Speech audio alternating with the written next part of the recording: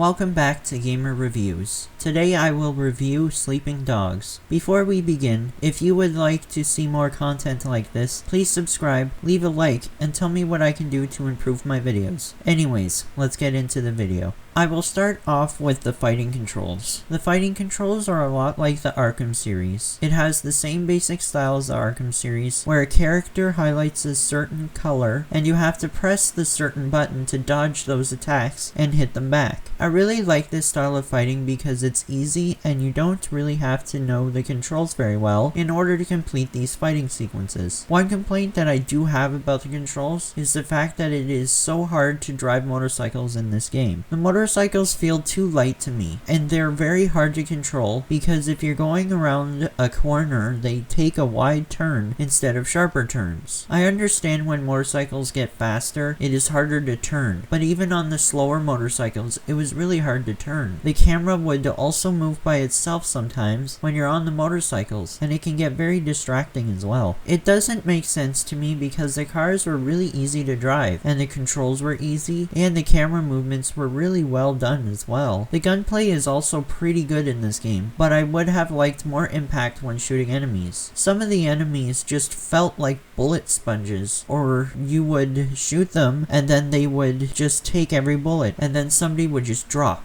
I wish they would change that. Otherwise, the cover system is really well done, and I do admit that the crosshairs should have been smaller and more accurate because sometimes it was hard to shoot an enemy head on just because the crosshairs were too big. Now on to the story. The main story centers around a man named Wei Shen. Wei Shen is a police officer who is infiltrating one of the triads within Hong Kong. He has had a past with many people within this gang and must find a way to take down this gang without his personal thoughts and background getting in the way. The story is easy to follow towards the end than it is in the beginning. It's not that the story makes no sense at all. It's just that they jump so far forward in certain parts of the story that it can be kind of hard to keep track of what's going on and who's who. I did like the unique gameplay style of the fact that you are a cop who is getting attached to gang members, and it's just always wondering whether he's going to stay with the gang or still be a cop. I also like the idea of the fact that you're not trying to take down many different types of gangs, just one main gang. Now for the sound. For a game that was made about 10 years ago, the sound is actually really well done. The sound of the cars are pretty realistic, the sound of the weather, boats, and the voice acting is pretty good as well. With the voice acting, there were multiple characters that did sound familiar to me. I do have to say though that sometimes the voice acting didn't sound as good as it should have been. You can tell that they were recorded instead of it being naturally in the game. It's hard to explain, but in other games, when the voice actors talk, it sounds natural, but in this game, it sometimes sounds forced. I myself am very impressed with the sound just because back in 2010, soundbars weren't as much of a thing as they are now. So I'm very impressed that the sound has stayed the way it has, even with the soundbar. Of course with sound, I have to mention music. The music wasn't particularly good in this game. The music was only good when you were in a nightclub or during the missions. That was it. Yes, there were radio stations, but none of the music is good to me, and I didn't recognize any of the songs or anything. I personally never turned the music on to the radio station. It's just because the music wasn't good to me.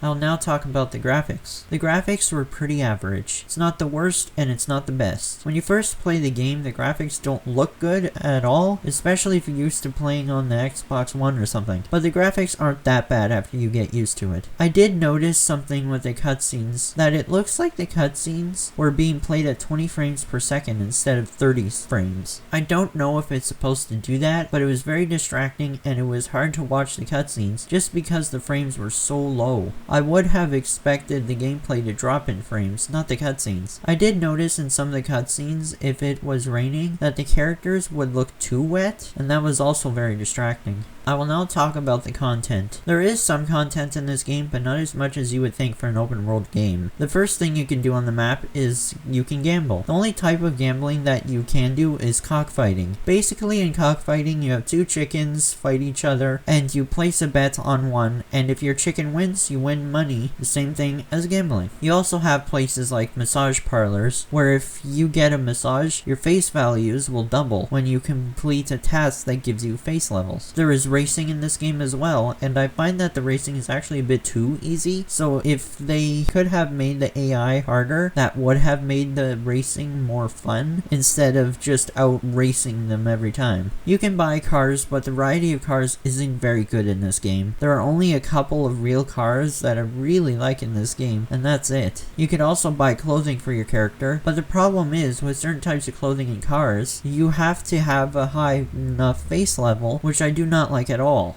More on that later. There is also karaoke. It's self-explanatory what karaoke is, and in this game, you just have to press up on the left stick or down to match the bars on the screen. There are also the side missions where you help people on this side of the street do certain things like commit insurance fraud or fight somebody, stuff like that. And with that, you get rewarded with face levels. Another side mission is called Drug Bust, where you go fight these criminals, and then you hack a camera and go back to your house, and then you capture a video of the guy dealing drugs and you arrest them. Last but not least, there is this thing called the Martial Arts Club. In this part of the game, you were faced off with multiple enemies, and you can basically train yourself to become a better fighter. So this is the part of the review where I tell you what I did and did not like about this game. I will start off with the positives. I really like the setting of this game. It's not often where we see an open world game where it is placed in Europe or China. Usually open world games are placed in North America, and I don't mind that, but it's nice to see the unique difference in the type of map that we can get. It truly feels like you are in Hong Kong, just with all the crowded streets and the jungle type areas, and just the overall feel of this game just feels like true Hong Kong. I do have two negatives, but these are only minor negatives for me.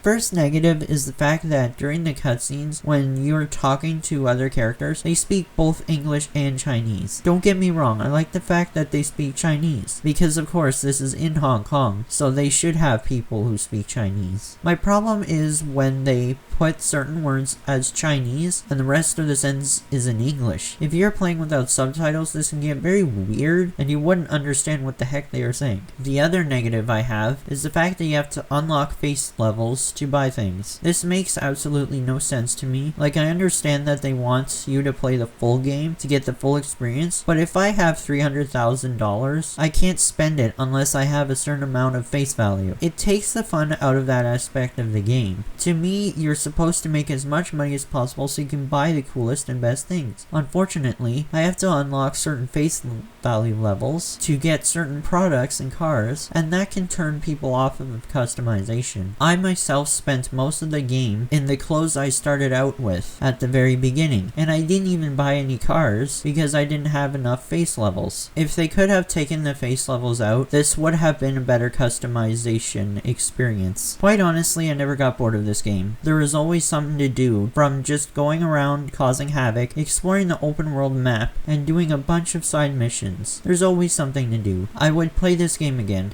This is actually my second playthrough of this game, and I just remember playing this game so much when I was younger, and it was good playing this game again for nostalgic reasons. There are many things to do on this map, not as much as something like Grand Theft Auto or something, but it still has quite a lot of content to enjoy. So, this is the part of the review where I tell you whether or not you should get this game. Yes, I would definitely recommend that you get this game. I know it's an old game, but it's nice to sometimes go back to older games just to see what games were like back then compared to now. With its open world aspect and its location, I highly recommend that you buy this game. Thank you so much for sticking around and watching. See you next time.